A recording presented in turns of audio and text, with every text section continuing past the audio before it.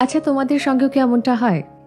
ধরো, পুরনো কোনো অ্যালবামে তোমার একটা ছবি খুঁজে পেলে, অথবা মোবাইলের গ্যালারিতে গিয়ে সেখানে তোমার 4-5 বছর পুরনো একটা ছবি পেলে, এবং দেখবে সে ছবিটা দেখতে দেখতে তোমার ঠোঁটের কোণায় একটা হাসি ফুটে উঠেছে।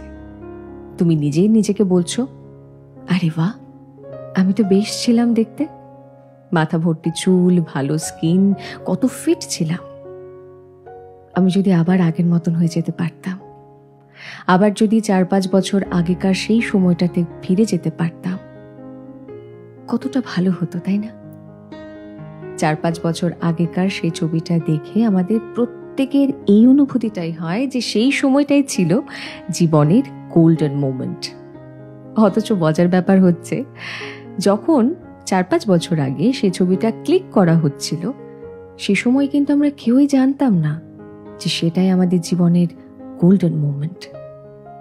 আর এই একই অনুভূতি, একই রিয়েলাইজেশন আমাদের আবারও হবে আজ থেকে ঠিক 4-5 বছর পর, সেই ছবিটা দেখে যেটা আজ ক্লিক করা হচ্ছে। আর হয়তো তাই এই কথাটা সব সময় বলা হয় যে জীবনের প্রত্যেকটা মুহূর্তকে গোল্ডেন মোমেন্ট ভেবেই বাঁচতে হবে।